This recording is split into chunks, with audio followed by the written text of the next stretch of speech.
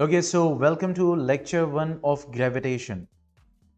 Okay, तो term 2 की बात करें या सेमेस्टर 2 की बात करें, that is going to happen in the schools in March.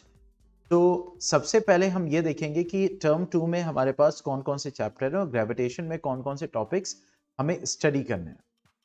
ठीक है, तो सबसे पहले अगर कोर्स को देखें यहाँ पे, तो ये तो हमारा टर्म 1 का कोर्स था. Now term 2. तो देखो टर्म 2 में जो हमें देखना है that is in chemistry.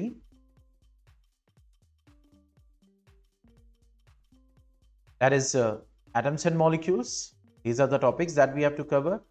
Then structure of atom, electrons, protons, neutrons. Okay, structure, valency, chemical formula, isotopes and isobars. Then in physics, we have to cover gravitation. Means we have to see what gravitation is. Today we are going to cover this. Universal law of gravitation. Force of gravitation of the earth, that is known as gravity. Means force of gravitation of earth is known as gravity. Now acceleration due to gravity and mass and weight and free fall. ये कुछ concepts हैं जो हमें study करने हैं gravitation में. Okay. Next, work and energy है chapter जो हमें term 2 में देखना है. That is in physics. तो chemistry में 2 chapter हैं, physics में 2 chapter हैं सिर्फ. और फिर बात करते हैं बायो में. So we have only 1 chapter that is health and diseases, जो कि बायो में हमें कवर अप करना है.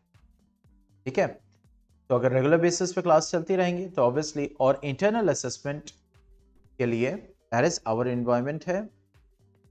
There is a chapter that is for internal assessment. Okay, our environment chapter is there. So let us start with the gravitation now.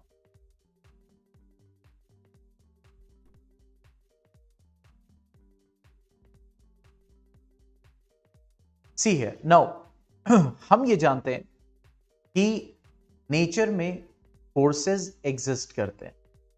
ठीक है, forces exist करते हैं. 2 तरह के फोर्सेस होते हैं. कॉन्टैक्ट फोर्सेस मींस जिन फोर्सेस में जो बॉडीज हैं जिनके बीच में फोर्सेस लग रहे हैं तो उनका कॉन्टैक्ट में आना जरूरी होता है, फिजिकल कॉन्टैक्ट जरूरी होता है, तो उनको कॉन्टैक्ट फोर्सेस कहते हैं. Or next we have the non-contact forces.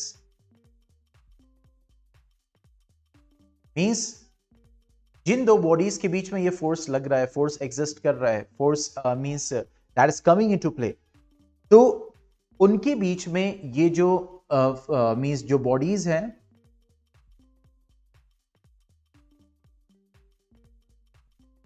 Okay, जो बॉडीज है इनके बीच में कॉन्टैक्ट, फिजिकल कॉन्टैक्ट जरूरी नहीं है. ठीक है, जैसे फॉर एग्जाम्पल एक मैग्नेट है और एक आयरन नेल है. तो इन मैग्नेट और आयरन नेल को कांटेक्ट में आना जरूरी नहीं, इंटरैक्शन तो जरूरी है. Interaction is required even in this and in this. Okay, but contact, physical contact is not required. Means यहां पे ये जो मैग्नेट है ये उस नेल को बिना कांटेक्ट किए हुए, बिना फिजिकल कांटेक्ट किए हुए अट्रैक्ट कर सकता है.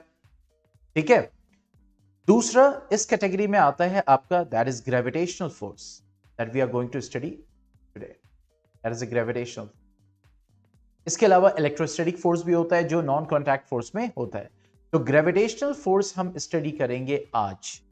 Okay, means we study about the gravitation and the gravitational force, everything. So if we talk about gravitation, तो इसका कॉन्सेप्ट हम जानते हैं. मींस न्यूटन, बहुत फेमस स्टोरी है कि न्यूटन के ऊपर एप्पल गिरा तो उसके दिमाग में आया कि ये एप्पल नीचे ही क्यों गिरा, ये ऊपर भी जा सकता था. तो वहां से ये सारी चीजें शुरुआत होती है और फिर एक फोर्स का मींस एक फोर्स के एग्जिस्टेंस का पता चलता है जिसको हम कहते हैं ग्रेविटेशनल फोर्स.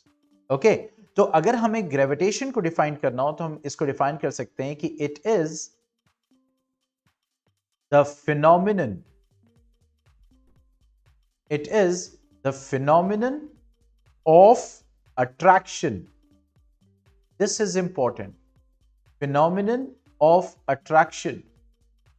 ये सिर्फ अट्रैक्टिव फोर्स होगा, ये रिपल्सिव नहीं होगा, मतलब एक दूसरे से बॉडी दूर नहीं जाएंगी इस फोर्स से. That will be always and always attractive. So it is the phenomenon of attraction of, or you can say between any two objects, between any two objects, कोई भी दो ऑब्जेक्ट के बीच में,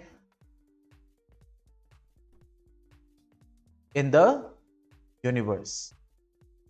Okay, so it is the phenomenon of attraction between any two objects in the universe.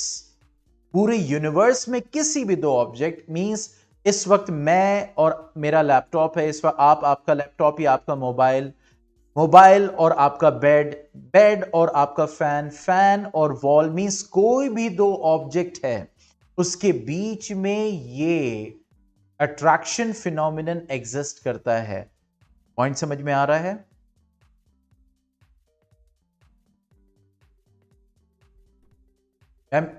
Means इस वक्त कोई भी दो ऑब्जेक्ट है उसके बीच में ये फोर्स एग्जिस्ट कर रहा है और इसका जो नेचर होगा that will be always attractive. That will be always attractive. Okay, means object की अगर हम बात करें, अगर ऑब्जेक्ट की बात करें तो वो ऑब्जेक्ट कुछ भी हो सकता है. मींस अ टाइनी थिंग और मींस अ बिग थिंग, और you can say celestial planet, sun, stars, किसी भी दो ऑब्जेक्ट, चाहे वो कितना दूर ऑब्जेक्ट हो, चाहे वो कितना करीब ऑब्जेक्ट हो, इन दोनों ऑब्जेक्ट्स के बीच में जो ये ग्रेविटेशन का फिनोमिनन है, फिनोमिनन ऑफ अट्रैक्शन है, ये एग्जिस्ट करता है किसी भी ऑब्जेक्ट के बीच में, किसी भी दो ऑब्जेक्ट्स के बीच में. whatever means whatever be the size, shape, कुछ भी साइज हो सकता है, कोई भी शेप हो सकता है. समझ में आया? कोई भी साइज हो सकता है, कोई भी शेप हो सकता है, कोई भी मास हो सकता है. तो उन दो ऑब्जेक्ट्स के बीच में ये फोर्स एग्जिस्ट करता है और ये एक दूसरे को अट्रैक्ट करेगा. अब ये आपके माइंड में आ रहा होगा कि अगर ये अट्रैक्ट कर रहा है तो ये सारी चीजें अपनी जगह कैसे है? अट्रैक्ट कर रहा है तो भाई आ जाना चाहिए. भाई दीवार मुझे अट्रैक्ट कर रही है तो मैं दीवार की तरफ चला जाऊं, या दीवार को मैं अट्रैक्ट कर रहा हूं तो दीवार मेरी तरफ चलिए. एक तो इसका रीजन ये है कि सिर्फ एक ही तरह का फोर्स एग्जिस्ट नहीं कर रहा है. ऐसा नहीं है कि पूरे नेचर में सिर्फ ग्रेविटेशनल फोर्स ही एग्जिस्ट कर रहा है. दूसरा, फोर्स की क्वांटिटी इतनी कम है, क्योंकि आगे हम जानेंगे कि फोर्स किस पे डिपेंड करता है. तो हमें यह पता चलेगा कि जितना ज्यादा मास होगा उन दो ऑब्जेक्ट का, जितना ज्यादा मास होगा उतना ज्यादा फोर्स लगेगा, और जितने करीब होंगे उतना ज्यादा फोर्स लगेगा. ठीक है, इस चीज को हम समझेंगे. तो हमें ये देखना है कि अगर क्यों नहीं हम उसकी तरफ खींच रहे हैं, या फिर पता नहीं चल रहा है, हमें क्यों नहीं महसूस हो रहा है, तो it depends on the force quantity. ठीक है, फोर्स की वैल्यू इतनी कम है कि हमें एहसास नहीं हो रहा है. ओके, अब इसी चीज को हम समझे, क्योंकि अभी तो हमने समझा कि ग्रेविटेशन क्या है. ओके, अब let us see with one simulation. Effect का simulation, it is very famous. अब देखो यहां पे दो ऑब्जेक्ट्स है. ओके, अब मैं इसको देखो, अब जैसे जैसे मैं दूर ले जा रहा हूं ऑब्जेक्ट्स को, देखो फोर्स क्या हो रहा है, फोर्स की वैल्यू कम हो रही है. लेकिन ये जो ब्लू ऑब्जेक्ट है, ये रेड पे देखो कितना फोर्स लगा रहा है, 27.2. तो रेड भी ब्लू पे उतना ही फोर्स लगा रहा है, 27.2. लेकिन जैसे जैसे तुम इसको करीब कर रहे हो, ठीक है, देखो फोर्स की वैल्यू बढ़ती चली जा रही है. दिख रहा है, ग्रेविटेशनल फोर्स की वैल्यू बढ़ती जा रही है. और जैसे जैसे दूर कर रहे हो, ग्रेविटेशनल फोर्स की वैल्यू क्या हो रही है, घटती चली जा रही है, डिक्रीज करती चली जा रही है. ठीक है, इसी तरीके से अगर हम इसका मास बढ़ा दें, अभी देखो मास ये कितना था, 2 बिलियन केजी. इसका मास 2 बिलियन केजी था, इसका 10 है. डिस्टेंस 7 किलोमीटर है, तो इस पे फोर्स, ग्रेविटेशनल फोर्स कितना लग रहा है? 27.2। अब सेम डिस्टेंस पे देखो मैं मास को सिर्फ बढ़ा रहा हूं, तो देखो अब 7 किलोमीटर पे इन दो ऑब्जेक्ट्स के बीच में देखो मास यानी ग्रेविटेशनल फोर्स कितना लग रहा है? 136.2 न्यूटन। तो देखो जैसे जैसे मास की वैल्यू बढ़ रही है, ठीक है, क्वांटिटी बढ़ रही है, ऑब्जेक्ट इंक्रीज कर रहा है, तो वैसे वैसे जो है ये ग्रेविटेशनल फोर्स की वैल्यू जो है वो इंक्रीज करती चली जा रही है। Getting my point?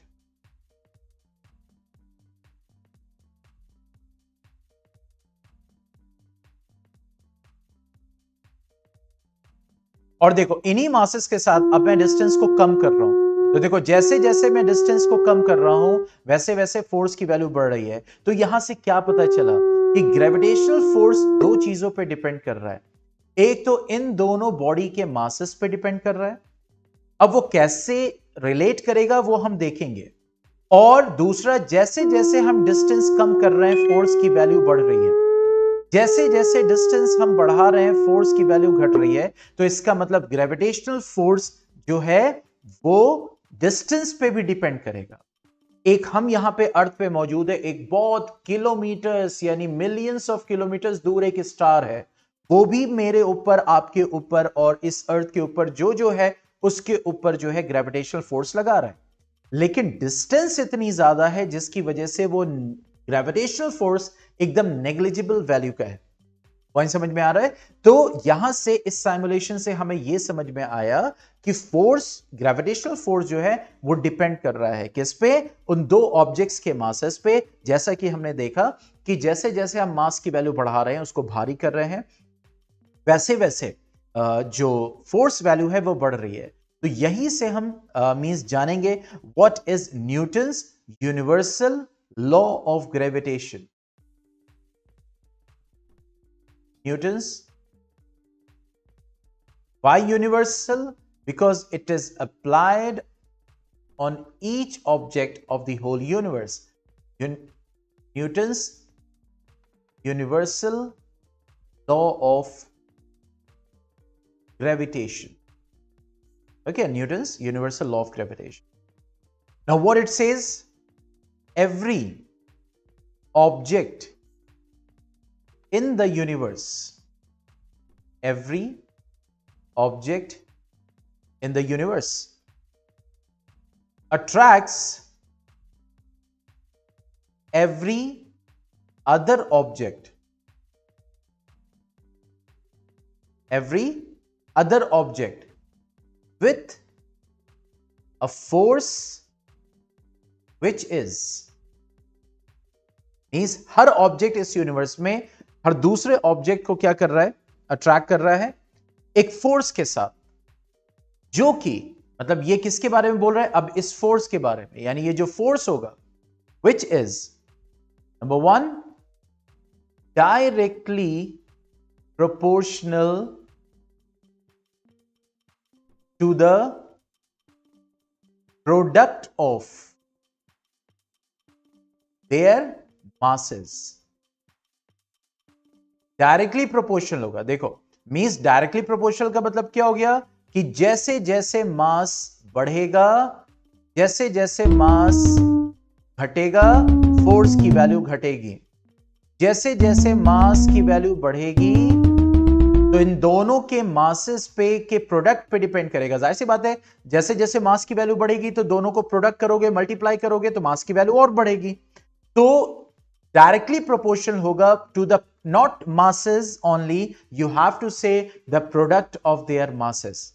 Okay, so the thing is means जैसे जैसे मास की वैल्यू घटाओगे वैसे वैसे फोर्स की वैल्यू घटेगी, जैसे जैसे बढ़ाओगे वैसे वैसे फोर्स की वैल्यू बढ़ेगी। ये मतलब होता है डायरेक्टली प्रोपोर्शनल का। Okay, so that's why the force will be directly proportional to the product of their masses.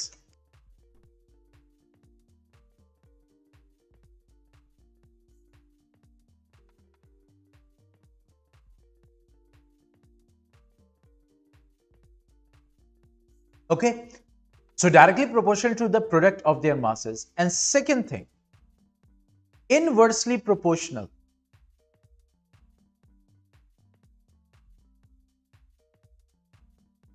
inversely proportional to the distance, or you can say the square of the distance between their center, to the square of distance between their centers. Okay, inversely proportional का मतलब वही चीज कि जैसे जैसे देखो distance कम हो रही है तो फोर्स की वैल्यू बढ़ रही है, डिस्टेंस बढ़ रही है तो देखो फोर्स की वैल्यू घट रही है, ग्रेविटेशनल फोर्स की value.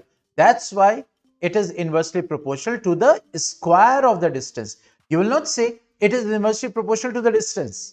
It is inversely proportional to the square of the distance. That was the relation that was found out by the Newton.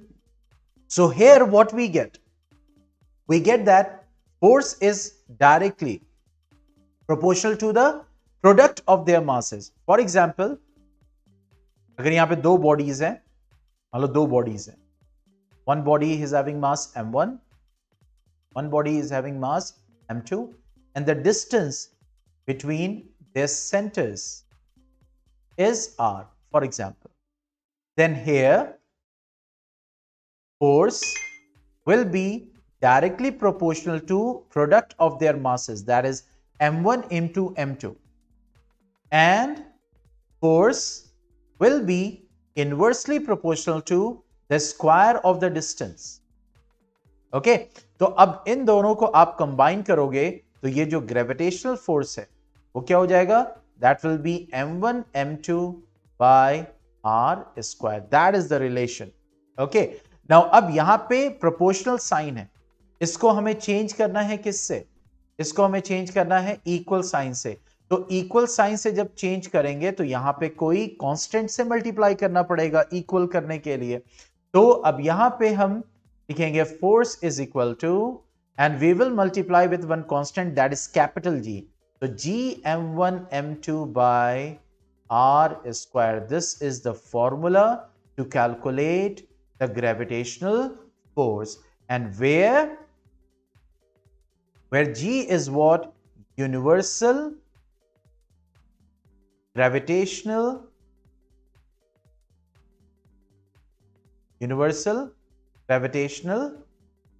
constant. This is universal gravitational constant, and its value is about 6.67 into 10 to the power minus 11 Newton meter square per kg square. Okay, this is the value, and this value was calculated by Cavendish, scientist Cavendish. He calculated the value of universal gravitational constant. Okay, so you write up to this, just give me a signal, and if you have any doubt then type in the chat box. Any doubt, any question that you have in mind, और कोई चीज अगर नहीं समझ में आई हो तो chat box में लिखिए.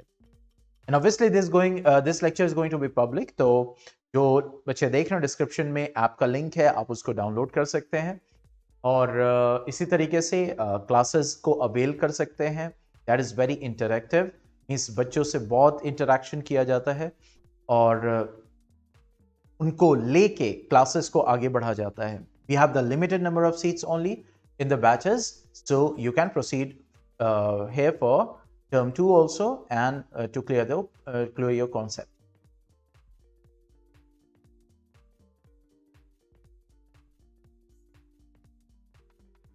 Okay, so this is the formula to calculate what the gravity means, to calculate the gravitational force which is existing between the body.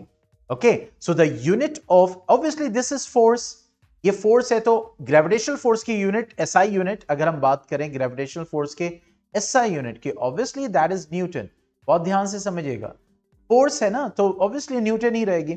लेकिन अगर आप यूनिवर्सल ग्रेविटेशनल कांस्टेंट मतलब इस जी की यूनिट के बारे में बात करेंगे तो that will be newton metre square per kg square. दोनों वैल्यूज में समझ में आया?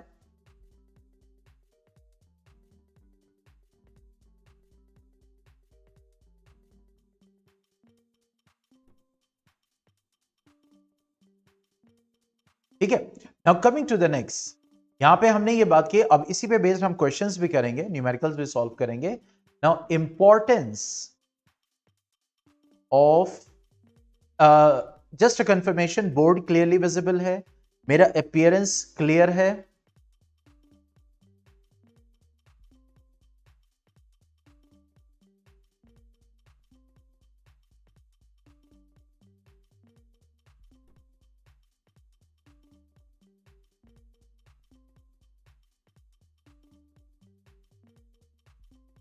हाँ भाई Munaf,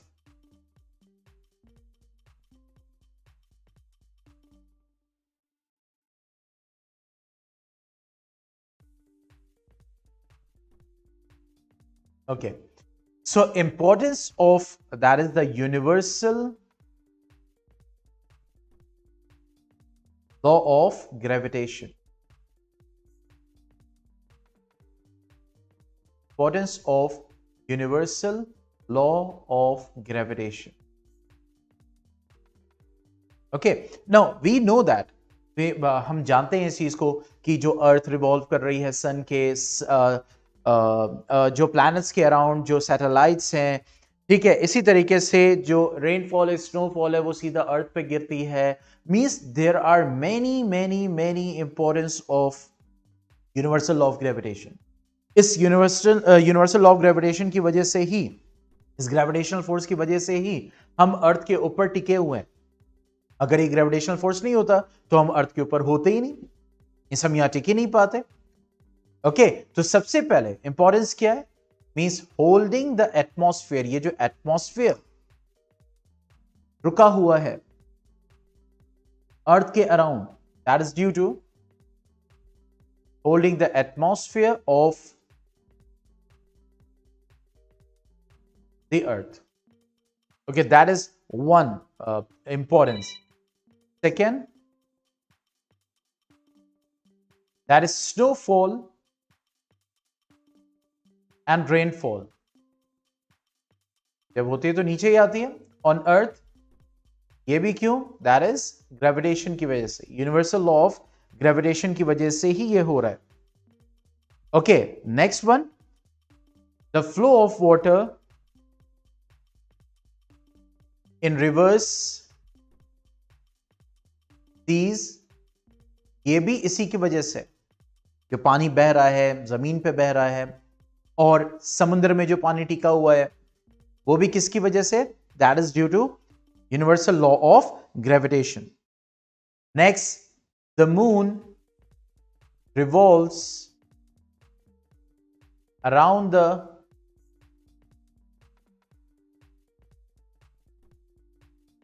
the planet. Okay, the planet revolves around the sun. Okay, planet revolves around the sun. This means everything, means the humans, or you can say the lives, or you can say the living things are stuck to earth due to law of gravitation. Okay, anything you can suggest?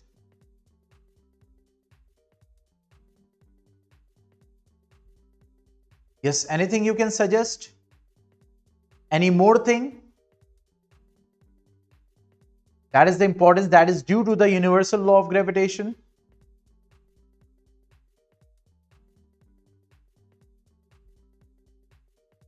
हाँ भाई,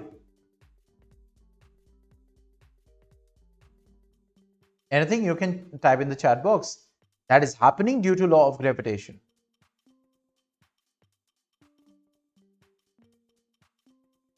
Just think. No sir is not the answer. Just think any example.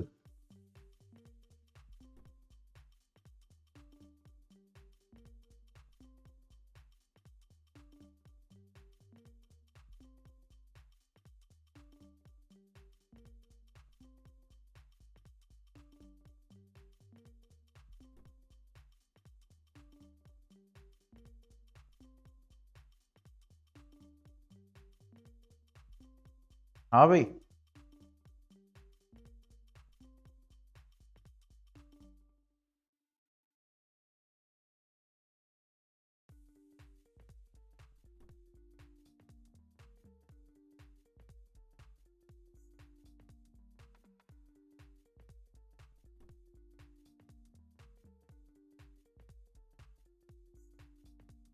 लिख रहे हो नहीं लिख रहे हो, कैसे पता चलेगा मुझे?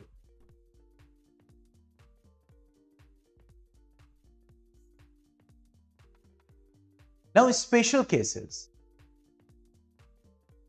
means what will be the gravitational force? Means we are calculating in all cases the gravitational force. Means the gravitational force, okay, between two objects of masses 1 kg each, kept at a distance of 1 meter apart. ये कह रहा है दो objects है, इसका भी मास 1 kg है और इसका भी मास 1 kg है, और ये दोनों 1 मीटर दूर रखे हुए हैं। तो अब इन दोनों के बीच में ग्रेविटेशनल फोर्स क्या एग्जिस्ट करेगा?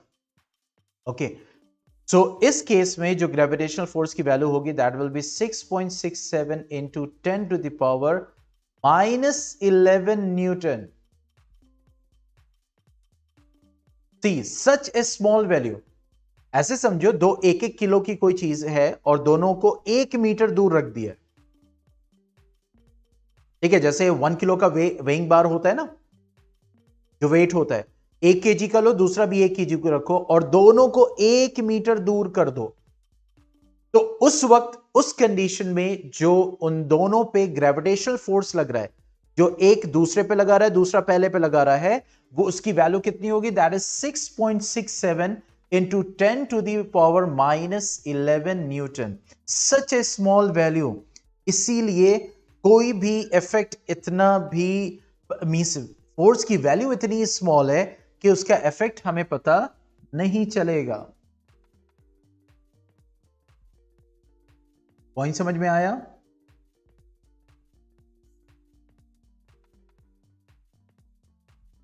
मींस दो ऑब्जेक्ट है और उन दो ऑब्जेक्ट्स के बीच में, और दोनों 1-1 केजी के हैं और दोनों के बीच में 1 मीटर, तो ये दोनों ऑब्जेक्ट्स एक दूसरे पे 6.67 इंटू 10 टू द पावर -11 के न्यूटन का फोर्स मींस लगा रहे होंगे। Next one, gravitational force between an object of mass 1 kg and earth, यानी एक ऑब्जेक्ट है, एक उन दो ऑब्जेक्ट्स में एक ऑब्जेक्ट तो 1 kg मास का है और दूसरा ऑब्जेक्ट अर्थ है, यानी एक ऑब्जेक्ट है जिसका मास 1 kg है और दूसरा ऑब्जेक्ट जो है वो अर्थ है। ओके, और ये ऑब्जेक्ट इस सरफेस पे यानी अर्थ के सरफेस पे रखा है, means an earth an object is held on the surface of earth, is held on the surface of earth। अभी कंडीशन समझ लो, अर्थ है और कोई भी आपके आसपास 1 किलो की कोई भी सामान है जो 1 किलो का है वो रखा हुआ है, मान लो यही है, ये मोबाइल ही है 1 किलो का, तो ये जो अर्थ है इस वक्त इस मोबाइल पे, और ये जो मोबाइल है अर्थ पे कितना फोर्स, ग्रेविटेशनल फोर्स लगा रहा है।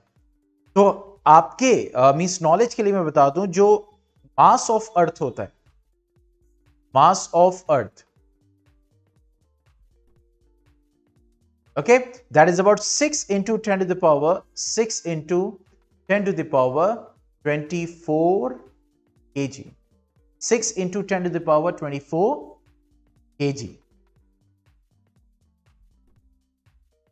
ठीक है, और दूसरा मास तो हमारा दैट इज यू कैन से ऑब्जेक्ट जो है वो 1 kg का है ही, और जो रेडियस ऑफ अर्थ है, क्यों? क्योंकि देखो अब यहां पे एक ऑब्जेक्ट है जो 1 kg का, दूसरा ऑब्जेक्ट अर्थ है, तो इस ऑब्जेक्ट और ये सरफेस ऑफ अर्थ पे है, तो इस ऑब्जेक्ट और सेंटर ऑफ अर्थ के बीच में जो डिस्टेंस है वो रेडियस ऑफ अर्थ के ही बराबर होगी, यस और नो?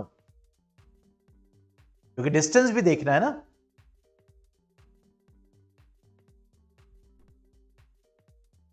ठीक है, तो अब रेडियस ऑफ अर्थ जो है वो कितना होता है? That is 6.4 into 10 to the power 6 meter. This is the radius of Earth. Mass is 6 into 10 power 24 kg and the radius is 6.4 into 10 power 6 meter. तो अब जो फोर्स लग रहा होगा इन दोनों के बीच में, that is 9.8 Newton after calculation. यानी वो 1 kg का जो मास है वो अर्थ पे 9.8 न्यूटन लगा रहा है और अर्थ भी उस पे 9.8 न्यूटन लगा रही है। ओके, इसलिए अगर उसको फ्रीली छोड़ दिया जाएगा तो वो ऑब्जेक्ट अर्थ की तरफ आपको मूव होता है वो दिखाई देगा। उसको डिस्कस करेंगे, वो ऑब्जेक्ट ही क्यों मूव होता हुआ दिखाई देता है अर्थ की तरफ। That's a question that we will discuss. So this was the second case.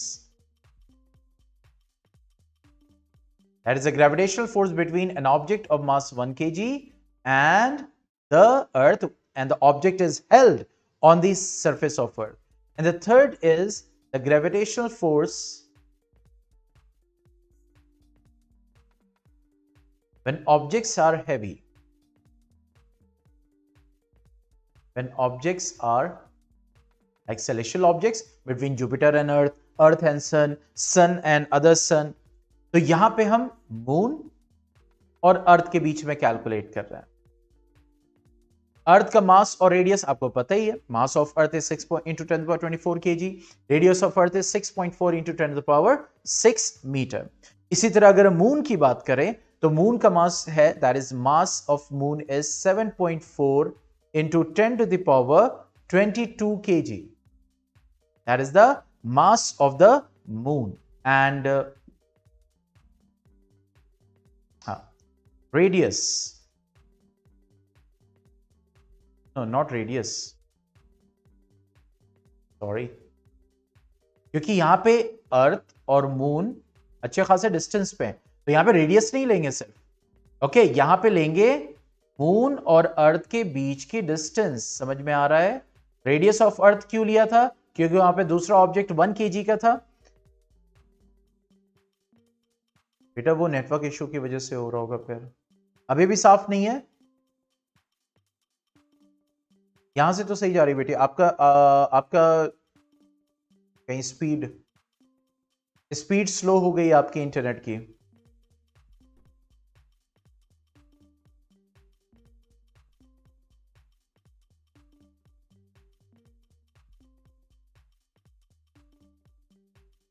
Okay चलो, तो फिर कल इसको कंटिन्यू करेंगे। जैसा कि मैंने आपको बताया कि जो टाइमिंग है वो शेड्यूल थोड़ा सा विंटर्स की वजह से, स्कूल टाइमिंग्स की वजह से इस वक्त 45 मिनट्स की क्लासेस हैं, ठीक है? तो चलिए फिर कल इसको कंटिन्यू करेंगे। That is a gravitational force when objects are heavy. अब कल कंटिन्यू कर देंगे, ठीक है? तो आज इस पे बेस्ड क्विज जाएगा। Obviously quiz will be delivered after 7:30, क्योंकि 7:30 पे लास्ट क्लास है। उसके बाद ही क्विज प्रिपेयर होगा और सेंड किया जाएगा, ठीक है? अजीजा ऐप पे जाता है, क्विज अटेंड कीजिएगा। That is totally based on the lecture that you have taken right now on the daily basis. तो उस लेक्चर के बेसिस पे क्वेश्चन होता है जिसको आपको करना होता है, जिसके बेसिस पे आप चेक कर पाते हो कि आपने कितना क्लास में समझा। Okay, okay then, stay home, stay safe, good bye.